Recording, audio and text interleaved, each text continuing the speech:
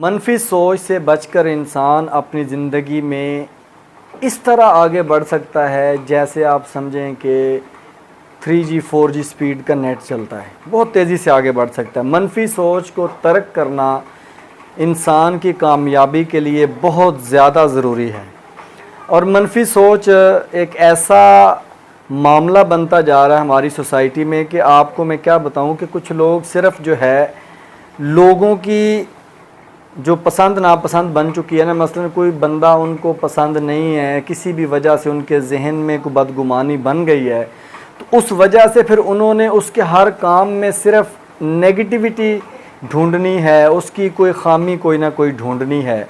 जब तक इस सोच से इंसान बाहर निकलने की कोशिश ही नहीं करेगा तो वो बाहर नहीं निकल सकता। मिसाल के तौर पे किस तरह लोग एक दूसरे को, किस हद तक वो एक दूसरे के बारे में मनफी सोचते हैं कि एक बंदा था, अल्लाह का बहुत बरगज़ीदा बंदा था, नेक सोमो सलात का पाबंद, अखलाकियात के लिहाज से, किरदार के लिहाज से एक बहुत आला किस्म का इंसान उसे कहा जा सकता है।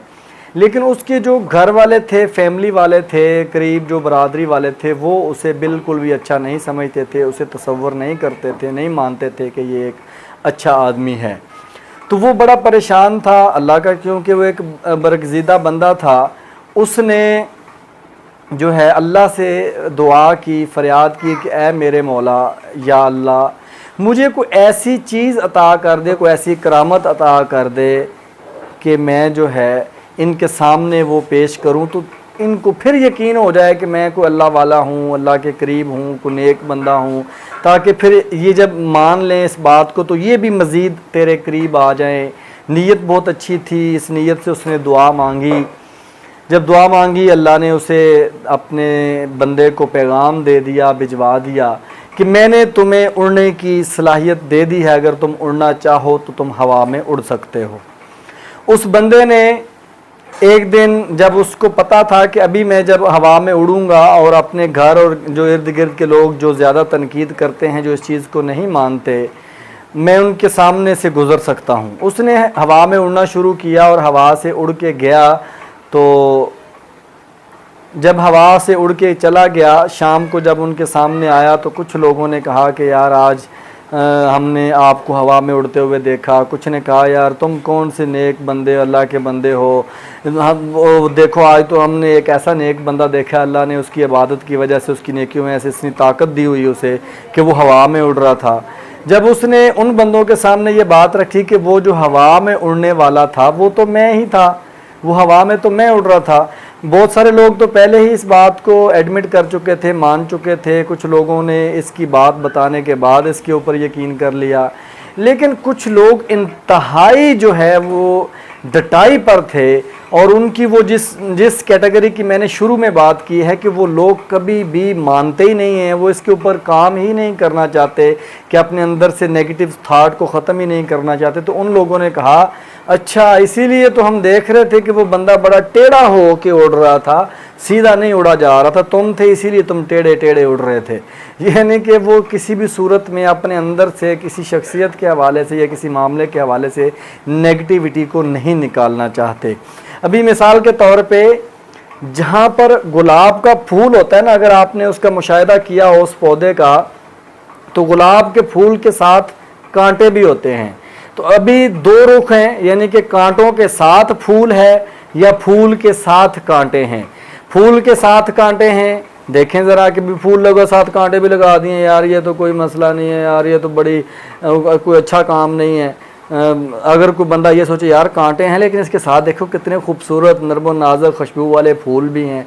यानी आपने अगर नेगेटिव चीज़ में से, नेगेटिव काम में से पॉजिटिविटी निकालनी है तो आप निकाल सकते हैं, और आपने अच्छे भले पॉजिटिव मुस्बत काम में से नेगेटिविटी निकालनी है आप तब भी निकाल सकते हैं। तो ये तो भी आपके ऊपर है, इंसान के ऊपर है, उसके खुद अख्तियार में है कि वो नेगेटिव थाट्स को अडॉप्ट करना चाहता है या पॉजिटिव थाट्स को अडॉप्ट करना चाहता है। मिसाल के तौर पे एक बच्चे ने सवाल लिखा है, वो सवाल उसका जो है एज़ पर प्रोसीजर नहीं है, उसने सारा तकरीबन इंग्लिश का अगर उसने एक ऐसे लिखा है, ग्रामेटिकली वो कोई फ़िक्रा नहीं बना पाया, कोई भी उसका सर पैर नहीं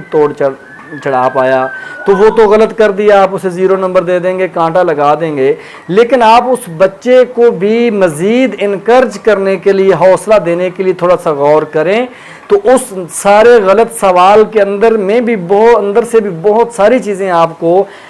सही नज़र आ जाएंगी। मिसाल के तौर पे उसने बहुत सारे अल्फाज के, वर्ड्स के स्पेलिंग सही लिखे होंगे, कोई ऐसा मुश्किल लफ्ज़ उसने लिखा होगा, उन चीज़ों को हाईलाइट करके उस बच्चे को अप्रिशिएट किया जा सकता है कि ये आपकी स्पेलिंग ठीक हैं, ये चीज़ें आपकी ठीक हैं। तो वो उसको मज़ीद हौसला दिया जा सकता है कि जब ये स्पेलिंग, ये चीज़ें आपकी ठीक हो सकती हैं, तो आप इससे भी ज़्यादा और ऊपर आ सकते हैं और ज़्यादा अपने आप को ठीक कर सकते हैं। नेगेटिव काम जो उर्फ़ आम में होते हैं, उनमें से पॉजिटिव चीज़ें निकाली भी जा सकती हैं और निकालने की कोशिश करनी चाहिए। अगर हम अपनी रोज़मर्रा की ज़िंदगी में कॉन्शियस हो के अपने ऊपर इस चीज़ के ऊपर काम करें कि मैंने पॉजिटिव रहना है, मैंने मुस्बत रहना है, मैंने हर हाल में मुस्बत रहना है, तो हमारे अंदर सब्र और बर्दाश्त की जो क़ुव्वत है, बर्दाश्त की क़ुव्वत भी बढ़ना शुरू हो जाएगी, सब्र ज़्यादा हमारे अंदर पैदा होना शुरू हो जाएगा, और हमारा जहन जो है वो हमें पॉजिटिव चीज़ों की तरफ ज़रूर लेकर जाने की तरफ वो हमें आमादा करेगा। और हमें जब हमारे अंदर जब बर्दाश्त और सब्र की क़ुव्वत ज़्यादा होगी, तो हम बड़ी तेज़ी से, आसानी से इस चीज़ को, इस मनफी सोच को ख़त्म करने में हमें मदद मिलेगी, हम मनफी सोच को ख़त्म करने में कामयाब हो सकते हैं।